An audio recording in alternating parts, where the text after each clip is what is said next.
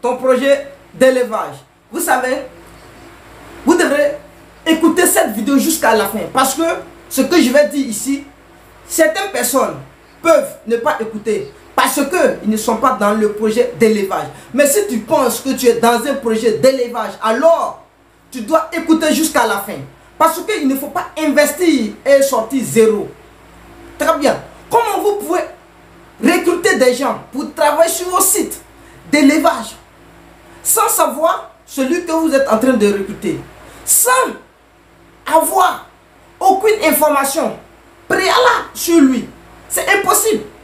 Sans chercher à comprendre s'il est diplômé dans le domaine ou pas. Quand je parle de diplômé dans le domaine, ça ne veut pas dire avoir une expérience de plus de 6 mois. Non, non, non. Il suffit d'avoir une petite formation où tu peux avoir un minimum de savoir dans le domaine. Aujourd'hui, ceux qui pensent que je m'amuse, je leur recommande ici de se rendre dans des boulangeries. J'ai dit, ciblez la boulangerie la plus prolétaire de votre ville et partez. Faites semblant de dire que vous cherchez un travail de boulanger. Travailler dans une boulangerie, on n'a pas besoin de s'exprimer. Seulement, on a besoin à ce que les pieds rentrent dans la farine et mélanger la farine avec le sucre. C'est tout. C'est moi qui vous affirme. Et aujourd'hui, peut-être il y a des machines même où tout est déjà fait. Et maintenant, tout ce qui reste à faire, c'est de tourner. Ils ont besoin d'un diplôme. Quand tu demandes d'abord, ils te disent, ah, est-ce que tu as un diplôme? Quand tu dis non, on dit désolé, on ne peut pas te prendre. Vous pensez qu'ils doivent se former où? Vous pensez que ces personnes doivent se former où? Et quand ils ont dit, vous avez un diplôme, depuis vous avez vu, comment on appelle ça, on parle d'école professionnelle. Par exemple, vous avez une fois vu sur une feuille, c'est marqué boulangerie. Jamais. Mais on demande le diplôme. Les gars savent pourquoi. Qui doit donner le diplôme? Bien sûr, celui qui a déjà une boulangerie. Il fait ça à sa manière pour dire qu'il est expérimenté dans le domaine. Donc partout où il part, il peut travailler. Et c'est de cette manière que, avant de recruter quelqu'un sur ton site d'élevage, tu dois savoir qu'il avait bien travaillé sur un site avant de venir chez toi. Comment savoir qu'il a bien travaillé sur un site? Quand il travaille bien sur un site avant de quitter, on lui délivre un certificat de travail. Je dis bien un certificat qui prouve vraiment qu'il a bien travaillé. Ça veut dire qu'il a profité de ce moment pour faire sa formation. Donc quand vous prenez le certificat, vous allez voir des références. Vous pouvez directement contacter où il était, où il avait travaillé et savoir tout sur lui avant de l'accepter ou pas. Vous comprenez un peu? Et je vois aujourd'hui, les gens ils ont déjà recruté les gens sans demander ces informations, sans savoir s'ils ont même une carte d'identité. Pour connaître un peu son parcours, les gars n'ont pas demandé ça. Je dis, hélas, c'est très dangereux, messieurs et dames. C'est très dangereux. Je vais vous dire que c'est très dangereux. Donc, après ce générique, vous allez suivre. Et quelles sont les informations nécessaires que vous devrez avoir sur une personne avant de la recruter. Donc, suivez après ce générique.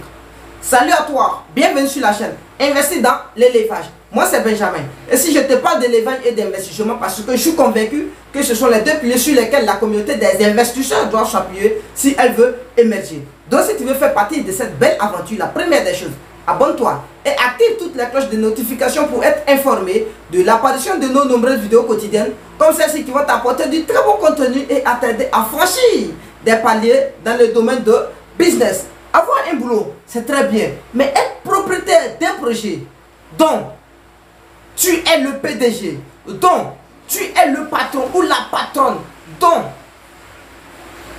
ils vont t'appeler boss, je pense que c'est trop mieux. C'est trop mieux et c'est ce que tout le monde cherche aujourd'hui. Mais comment parvenir? Je pense que le secret est dans la main de celui qui est devant vous. Suivez jusqu'à la fin, prenez contact, vous rentrez dans la base des données et vous allez voir toutes les informations y sont et même le contact pour rentrer en collaboration avec lui. Alors, je vous rappelle que les formations continuent toujours en élevage de poulets de chair, élevage de poules pondeuses, élevage de lapins, élevage de pintades, élevage d'escargots, élevage de porc, élevage de cailles, etc. Donc, inscrivez-vous massivement pour vous former avec notre communauté afin de rester en contact avec notre communauté pour mieux développer vos business de l'élevage. Partout où vous êtes dans le monde, vous pouvez suivre les formations à distance. Vous savez, avant de recruter quelqu'un, sachez où il est quitté, sachez d'abord où il veut partir. Parce que d'autres personnes profitent. Ils profitent énormément pour raconter de n'importe quoi et travailler sur un site d'élevage. Parce que pour eux, quand on dit élevage, c'est trop facile. Ils pensent que c'est trop facile. Mais je vous affirme ici, messieurs et dames, l'élevage, c'est pas facile. C'est pas du tout facile. C'est un métier à risque. Mais c'est un métier de très belle opportunité. C'est un métier où tu peux te relever en moins de 8 mois. Je dis bien en moins de 8 mois, tu peux t'en sortir financièrement. Où tu peux avoir des entrées d'argent journalières, comme tu veux. Mais ceux qui peuvent gâcher cette autonomie, c'est les personnes mal recrutées. Quand vous recrutez une personne mal venue, la personne vient s'aimer une désobéissance dans votre ferme. Et cette désobéissance serait payée par le propriétaire ou la propriétatrice de la ferme. Oui. Aujourd'hui dont je vous parle, dans toutes les filières, dans toutes les matières, dans toutes les fonctions, avant d'y intégrer, on demande au moins un certificat de stage. Quand je dis certificat de stage, ce n'est pas un certificat en tant que tel qui avait certifié que tu as fait un parcours comme ça, mais un certificat de, quand je dis de stage, c'est de formation. Au moins 2 mois pour dire qu'il a été bien apte à prendre des informations nécessaires sur le domaine. Et enfin, il a eu des gestes bien précis sur le domaine. Donc, il est éligible à travailler maintenant dans le domaine sans aucune crainte. C'est de ça qu'il s'agit. Mais d'autres personnes ne pensent pas à cela. Ils pensent que c'est un domaine qui est facile. Ils recrutent et après, ils sont dans des situations casse-tête. Je dis bien dans des situations casse-tête. Mais pour ne plus que cela se répète, alors vous devriez envisager une autre méthode. Avec votre formateur, avec votre vétérinaire, avec vos techniciens. Donc quand je dis technicien, c'est encore compliqué. Parce que la majorité des gens aujourd'hui, pour se trouver des noms, c'est difficile de dire qu'ils sont des vétérinaires. Mais c'est très facile pour eux de dire qu'ils sont techniciens. Alors qu'ils sont tout simplement des imposteurs. Donc vous voyez, le métier technicien aujourd'hui, c'est devenu n'importe quoi. Donc méfiez-vous de ceux qui vont se présenter devant vous pour dire que ce sont des techniciens. Celui qui vient devant vous pour dire qu'il n'a aucune fonction, non, qu'il n'a aucune formation dans le domaine, vous pouvez partir avec lui. Dans ce cas, prenez-le comme un niveau sur le chantier. Il ne vous impose aucun ordre. Mais celui qui va venir étant technicien, qui va vous dire qu'il a déjà exercé la fonction, alors qu'il ne l'a jamais exercé, alors va commencer à imposer des méthodes folles. Je dis bien des méthodes folles, des méthodes qui n'ont rien à voir avec vos projets. Et vous allez trouver ces méthodes idéales parce que ce sont des nouvelles méthodes. Il va vous dire non, c'est une nouvelle chose, comme ça. Mais il est en train de vous mettre dans le gros trou. Je dis bien dans le gros trou. D'ici, vous allez vous en rendre compte, vous allez voir qu'il n'a aucune fonction. Oui, il n'a aucune fonction. Donc, messieurs et dames, pour recruter quelqu'un, franchement, il y a plusieurs étapes pour recruter quelqu'un. On le recrute à travers un certificat de formation. Un certificat datant d'au moins 6 mois. Je dis un certificat datant d'au moins 6 mois. Si le certificat est daté de plus de 6 mois, alors ne le recrutez plus. Oui, ne le recrutez plus. Parce qu'à partir de là, il doit avoir une expérience pour mettre en place lui-même sa propre ferme. Et à partir de là, il doit vous démontrer pourquoi il n'a pas mis en place sa propre ferme.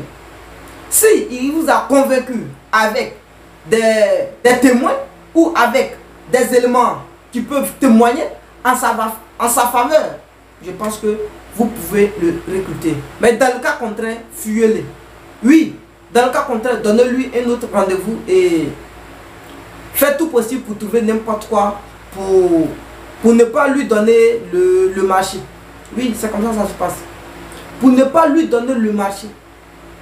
Parce qu'il va venir s'aimer la bordel sur votre ferme, sur votre site. Aujourd'hui, je rencontre plusieurs problèmes comme ça. Par jour. J'ai vu qu'il y avait des fausses personnes qui venaient blaguer les gens. Il suffit de dire qu'ils sont un peu bien dans l'élevage. Et on pense que l'élevage est facile. On les met dedans, ils font de n'importe quoi. Ils font de n'importe quoi. Ils ont mis beaucoup de personnes dans le trou. C'est pas du tout bien. Et aujourd'hui, qu'est-ce qui se passe? Si tu veux le recruter, que tu vois qu'il n'a aucune formation, alors ne tarde pas à le faire prendre une formation. Dis-lui de prendre une formation. Et sa formation là, ça serait payé. Tu vas payer, mais tu vas retirer ça dans son salaire. C'est comme s'il est en train de travailler sous forme de stage. Il est stagiaire. Donc ce que tu vas lui donner un peu, c'est de le dédommager. Un peu, pour ses savons, pour, bref, ses unités. Il n'aura rien pour mettre dans la poche. Mais quand il va finir maintenant sa formation, à partir de là, vous renouvelez vos contrats. Et vous pouvez lui donner son salaire normal.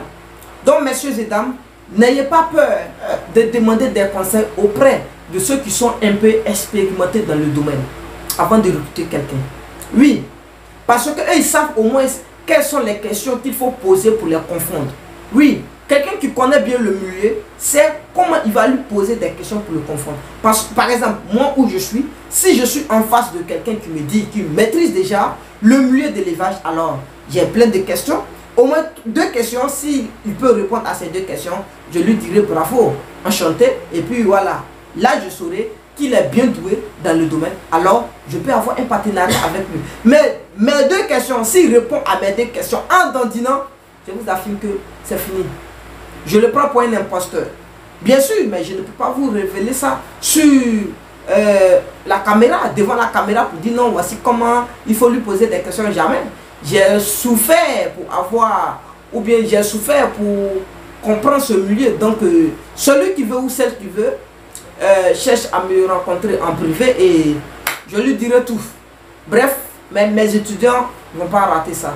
Je vais leur dire ça dans le domaine de l'élevage, dans le domaine de leur formation, surtout dans la gestion de projet. Ceux qui ont déjà terminé leur programme, ils ont vu dans la gestion de projet aujourd'hui, ils peuvent recruter sans problème. Mais ceux qui ne sont pas encore arrivés là-bas, ça serait un plaisir pour eux de découvrir.